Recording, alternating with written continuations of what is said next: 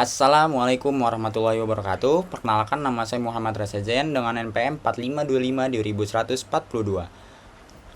Pada kesempatan kali ini, saya akan melakukan presentasi video tugas besar praktek saya dengan judul Sistem Informasi Penjualan Barang Elektronik, Perintah Tidak dengan Inputan, yang ditugaskan langsung oleh dosen pengampu saya, yaitu Dr. Anda Sri Rezeki Chandra N. Magister Komputer, di mana dengan materi yang saya dapatkan selection atau seleksi, repetition atau pengulangan, array, function, string atau file, dan insertion sort dengan tema ascending. Lalu di sini saya ada tiga header utama, yaitu include IOStream, merupakan library standar C++ yang digunakan untuk kita memasukkan scene, cout, dan indl. Oke. Lalu di sini ada include fstream atau yang biasa kita gunakan pada program kita kali ini, yaitu untuk menginclude file dari offstream file acak sampai file acak close, di mana offstream file acak ini maksudnya untuk mendefinisikan file acaknya ini. Lalu di sini ada include string, teman-teman. Nih, include string di sini digunakan untuk kata yang lebih dari satu. Kayak misalnya kalau misalnya hanya berupa satu huruf, kita tidak perlu memakai string, tapi kita menggunakan tipe data char.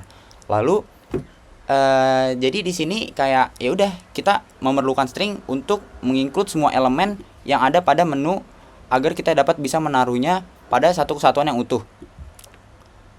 Lalu di sini ada using namespace standar, di mana using namespace standar ini merupakan namespace standar C++ yang diperuntukkan untuk mempermudah pengguna agar tidak kesusahan atau keribetan setiap cout nih.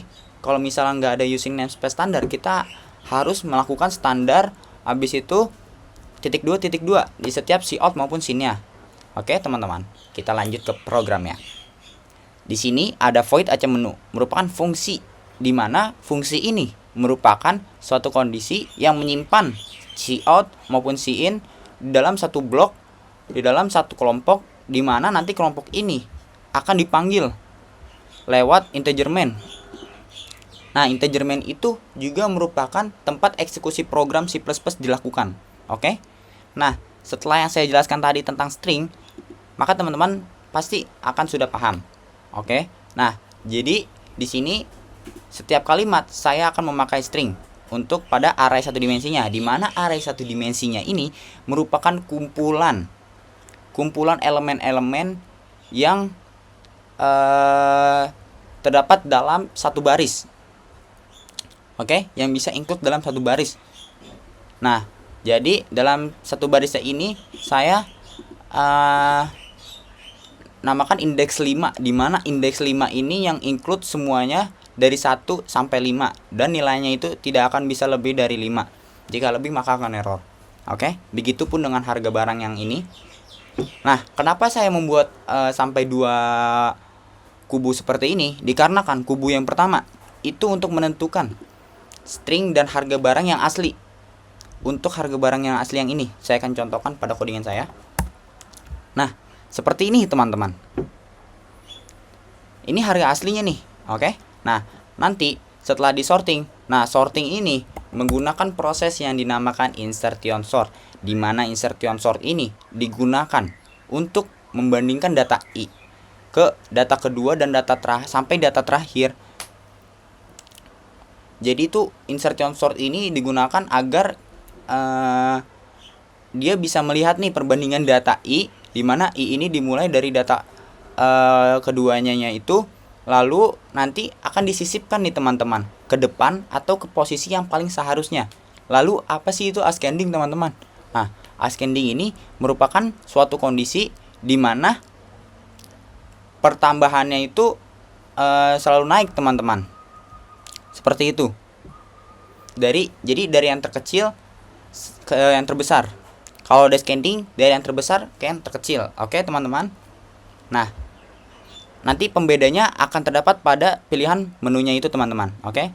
Nah, di sini ada tipe data acak, acak, dan harga acak, di mana acak ini berfungsi sebagai pokok utama dalam perulangan for, di mana inisialisasinya sama dengan 1 lalu acak kurang dari 5 sebutannya ini suatu kondisi di mana nilainya itu akan berhenti pada 5. Lalu di sini ada increment acak plus plus di mana perulangan pertambahannya itu akan selalu plus 1 plus 1 plus 1.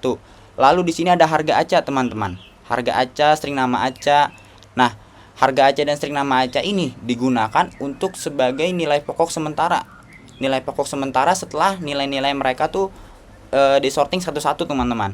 Nah, ini makanya saya menggunakan satu lagi yang buat setelah disorting ini nantinya. Jadi ini berbeda sama yang ini, oke teman-teman? Berbeda variabel dan berbeda fungsinya juga.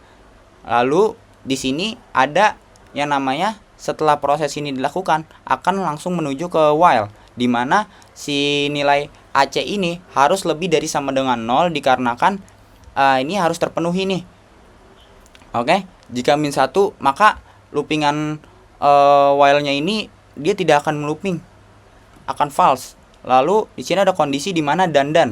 Jadi dan ini suatu kondisi di mana kedua sisi itu harus terpenuhi, teman-teman. Oke. Jadi di sini harga barang AC harus lebih besar dibanding harga acak.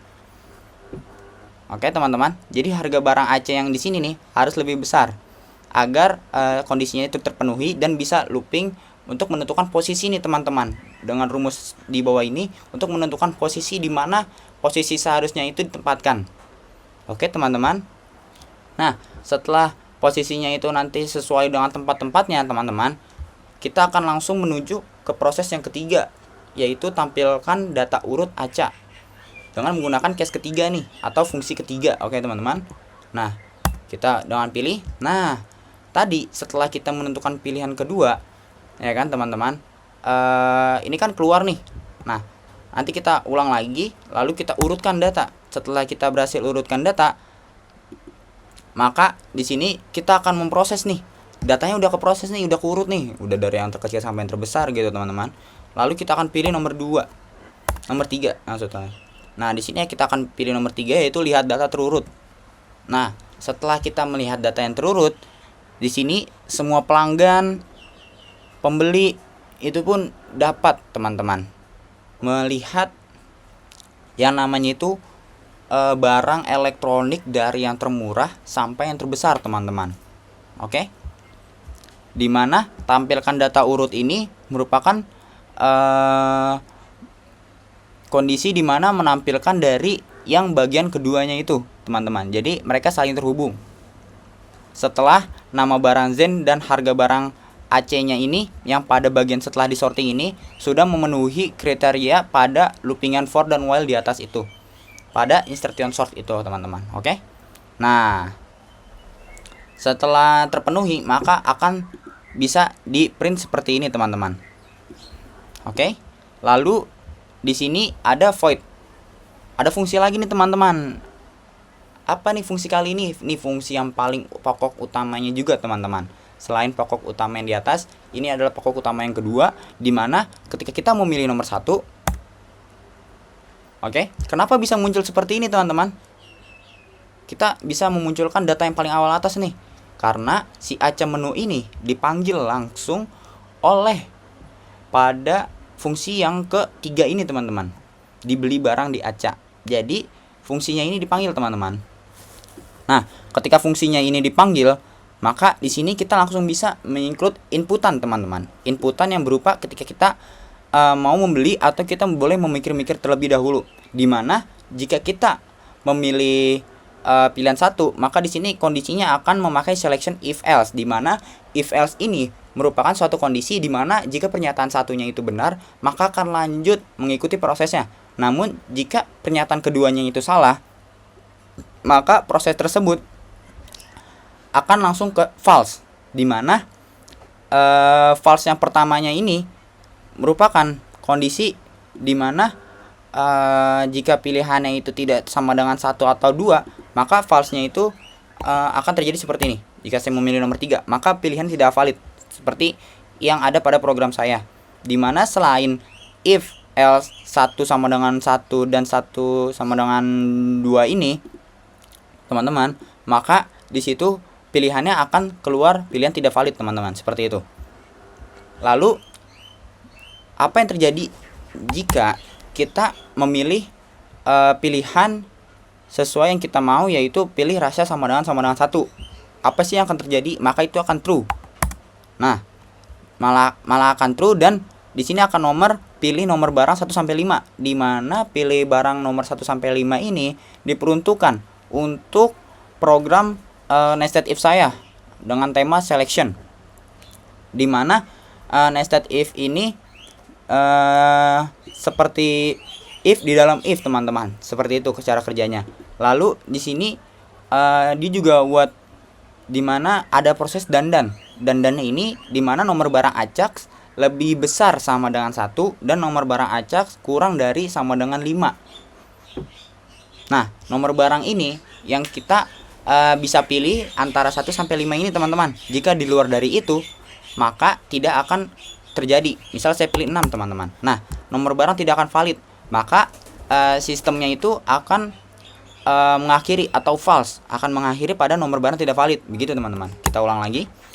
Nah, jika kita akan mau memilih jumlah barangnya, teman-teman. Oke. Jika kita ingin memilih jumlah barangnya nih, pilih nomor barang. Saya mau memilih nomor barang berapa ya? Kan tadi saya udah ngelihat nih yang termurah nih, ya kan? Saya sudah melihat yang termurah 4 juta, berarti iPhone 13. Tapi iPhone 13 terletak pada nomor 4, teman-teman. Oke. Nah, ketika kita sudah mengikut nomor 4, maka di sini akan masuk ke dalam jumlah pembelian, teman-teman. Oke. Nah, pada jumlah pembelian inilah, teman-teman, kita bisa memilih jumlah yang ingin kita inginkan. Tetapi saya di sini juga memakai selection nested if. Oke, teman-teman, di mana jumlah acak ini harus lebih dari sama dengan 0. Jadi jumlah pembelian kalian tidak bisa kurang dari 0, tidak bisa 0 pun juga. Seperti saya contohkan, saya memilih jumlah pembelian 0, iPhone 13, ya berarti sama aja kalian tidak membeli, atau jumlah pembelian itu tidak akan keluar. Jumlah pembelian itu tidak akan valid, seperti itu, teman-teman. Nah, jika kita ulang lagi, kita akan membeli barang elektronik dengan pilihan nomor, teman-teman. Kita akan memilih nomor yang tadi kita pilih 4, yaitu iPhone 13, yaitu dengan jumlah pembelian. Misalnya satu barangnya itu 4 juta, kita beli 3, maka otomatis akan 12 juta, teman-teman. Dimana harga satuannya ini 4 juta dikali dengan jumlah pembelian yang kita mau, yaitu 3. Jadi 4 kali 3 sama dengan 12, tinggal diikuti 0 jutaannya itu, teman-teman. Oke. Nah, di sini saya memasukkan rumus itu, teman-teman, yaitu rumus total. Oke, dimana harga barangnya ini dikali dengan jumlah pembelian yang kita mau. Nah, nanti struk pembeliannya pun akan muncul. Tapi ada 2 struk, teman-teman, dimana struk pertama pembelian tuh muncul pada si outan si running programnya ini, teman-teman.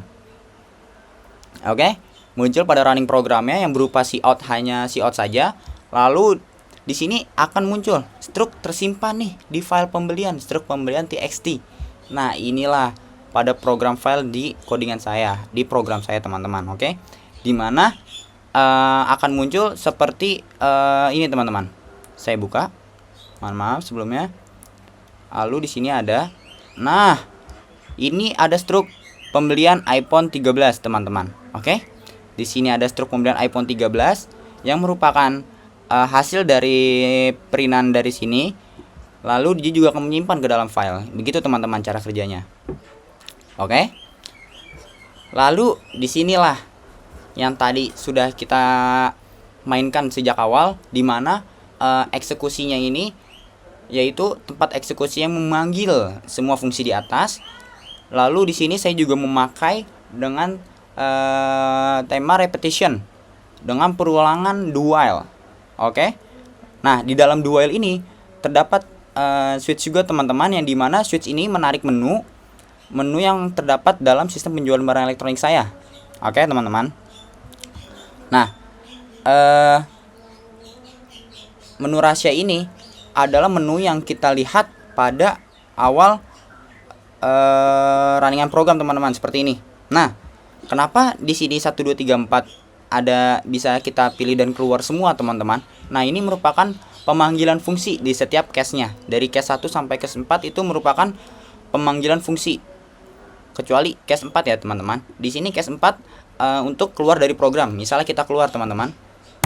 Nah, di sini akan muncul terima kasih sampai jumpa lagi. Oke, teman-teman. Jadi case 1 sampai case 3 merupakan suatu kondisi di mana kita mengurutkan dan juga di mana prosesnya ini memanggil fungsinya, teman-teman. Oke. Lalu di sini ada default. Default ini merupakan plan cadangan, teman-teman. Jika ada yang memilih lebih dari 4, teman-teman. Misalnya di sini kita running lagi. Di sini kita running. Nah, kita memilih 5 nih, teman-teman. Nah, maka prosesnya itu tidak akan terjadi. Maka pilihan itu tidak akan valid. Lalu disinilah tugasnya while.